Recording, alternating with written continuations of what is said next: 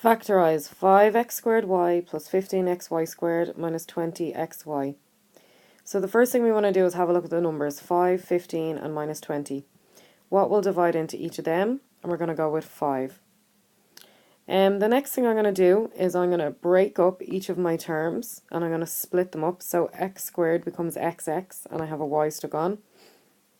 Y squared becomes yy and there's an x stuck on in front. And xy just stays as xy.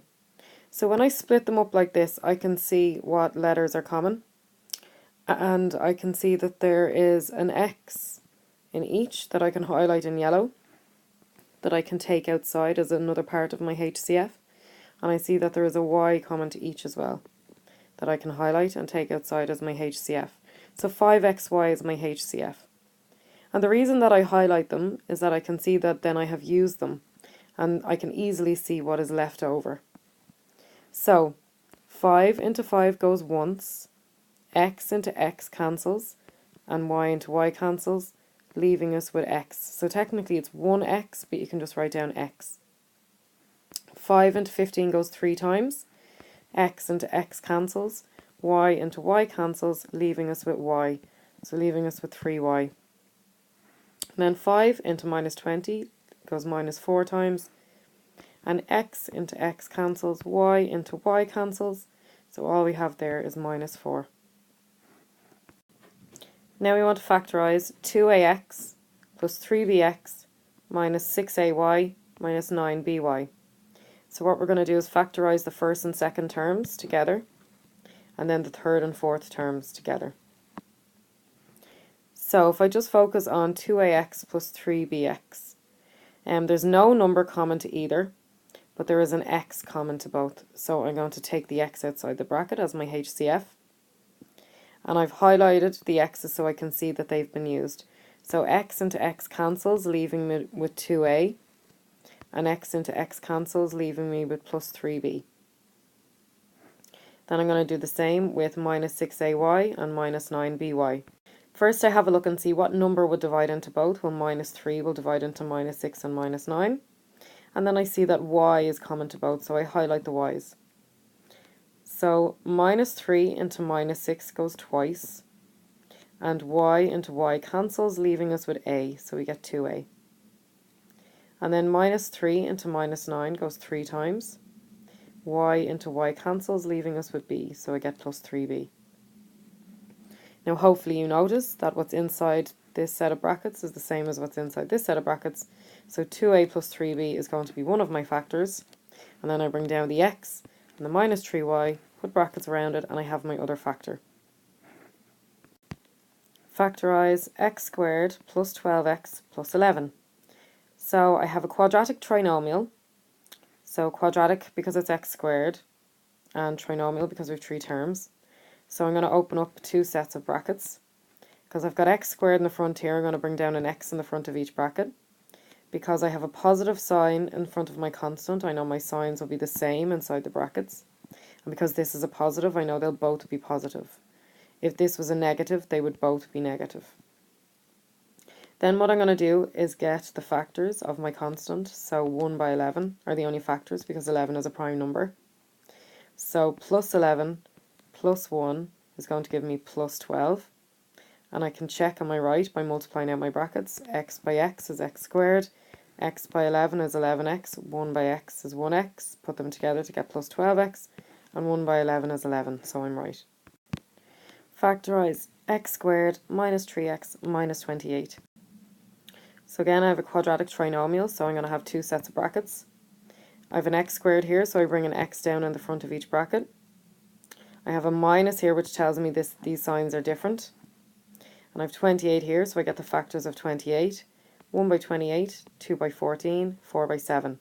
I need to choose one of these factor pairs so that when I put them together I end up with minus 3. So I'm going to go with 4 and 7, because plus 4 minus 7 gives me minus 3. Or minus 7 plus 4 also gives me minus 3. And I can check, am I right, by multiplying out the brackets. X by x is x squared. X by minus 7 is minus 7x, 4 by x is 4x, put them together to get minus 3x, and 4 by minus 7 is minus 28. Factorize 4x squared minus 9.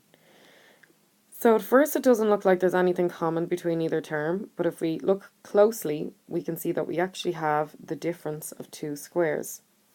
So the difference of two squares is when we have a square number minus another square number. And when we factorize, we end up with the square root of the first term plus the square root of the second term multiplied by the square root of the first term minus the square root of the second term, or vice versa. It doesn't matter if we have the plus first or the minus first. So let's have a look and see, do I indeed actually have a difference of two squares question? Well, I have a minus sign to start off with, so it could be. 4 is a square number because 2 squared is 4. X squared is certainly a square number. And 9 is a square number because 3 squared is 9. So I do indeed have a difference of two squares question. So what I have to do is square root the first term. So the square root of 4 is going to be 2. And the square root of x squared is going to be x. So I'm going to have 2x in the front of each bracket. And then I'm going to square root the second term, which is 9. Square root of 9 is 3, so I have a 3 in the back of each bracket. I can multiply them out to check am I right. 2x by 2x is 4x squared. 2x by minus 3 is minus 6x. 3x by 2x is positive 6x, which will cancel. And 3 by minus 3 is minus 9. So we have 25x squared y squared minus 36y squared. The first thing I'm going to do is take out the y squared. I've highlighted the y squareds, they're common to both. So my HCF is y squared, and y squared into 25x squared y leaves me with 25x squared, and y squared into minus 36y squared leaves me with minus 36. Now inside my brackets I have the difference of two squares. I have a minus, I have a square number which is 25, a square number which is x squared, and another square number which is 36. So I'm going to follow this rule up here, which tells me that I square root the first term and put it in the front of each bracket. I square root the second term, I put it in the back of each bracket, and then I make one be a plus and one be a minus. So the square root of 25 is going to be 5, so 5 goes in the front of each bracket. The square root of x squared is going to be x, so x gets stuck onto the 5. And the square root of 36 is going to be 6, so a 6 gets stuck onto the end of each bracket. Now I want to factorize x cubed plus k cubed. So for this one we're going to use the sum of two cubes. I know it's the sum of two cubes question because I have a plus sign in between, and I have a cube number as my first term and a cube number as my second term. So this is the formula for the sum of two cubes. What we do is we get the cube root of the first term, that goes in the front of the first bracket. We square it, and that goes in the front of the second bracket. And then we get the cube root of the second term, and that goes in the back of the first bracket. We square it, and that goes in the back of the second bracket. And then we multiply the cube root of each of them together, and we put a minus in front. So that's what we're going to do down here. We're going to get the cube root of x cubed. Well, that's just going to be x, that goes in the front of the bracket. We're going to square it to get x squared, that goes in the front of the second bracket. Then we're going to get the cube root of k, which is just k cubed, which is just going to be k, and that goes in the back of the first bracket. And then we get the cube root of k cubed, again, which is k, and we square it. That goes in the back of the second bracket. And then we get the cube root of x cubed, which is x, and the cube root of k cubed, which is k. We multiply them together, which gives us xk, and make it be a minus. Now we want to factorize a to the power of 6 minus 64b cubed. So the first thing we have to do is change it so that it is the difference of two cubes. And how we're going to do that is we are going to rewrite a to the power of 6 as a squared raised to the power of 3. And then minus 64b cubed can be rewritten as 4b raised to the power of 3, because 4 by 4 by 4 is 64, and b by b by b is b cubed. So now we have it written in the format of the difference of two cubes. So let's have a look at our formula. Well, the difference of two cubes tells us that we get the cube root of the first term and put it in the front of our first bracket. Then we square that and put it in the front of our second bracket. We get the cube root of our second term and put it in the back of the first bracket. and then we square it and put it in the back of the second bracket. And then we get the cube root of each of them, multiply them together, and stick a plus in front. So we need to learn these formulas off by heart. Difference of two squares should be known already from junior cert, but these are for Leaving Cert higher level only. Okay, so all I have to do now is follow my formula. So the cube root of the first term is going to be a squared, and that's going to go in the front of my first bracket. And the cube root of my second term is going to be 4b, and that's going to go in the back of my first bracket. So it's going to go there. So I've got the cube root of my first term in the front of my first bracket, and the cube root of my second term in the back of my first bracket.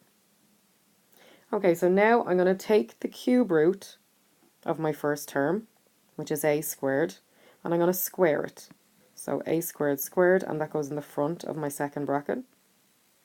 So the cube root of my first term squared in the front of my second bracket.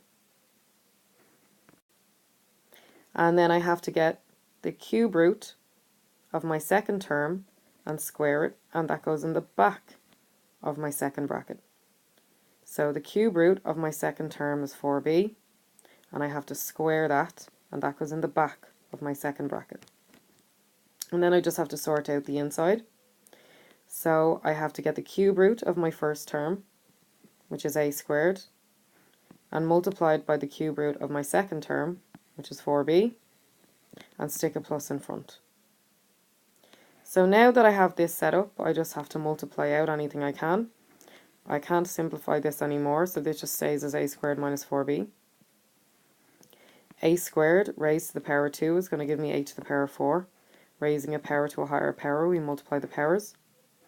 And then a squared multiplied by 4b is going to give me 4a squared b. And then 4b squared is going to give me 16b squared, because 4 squared is 16 and b squared is just b squared.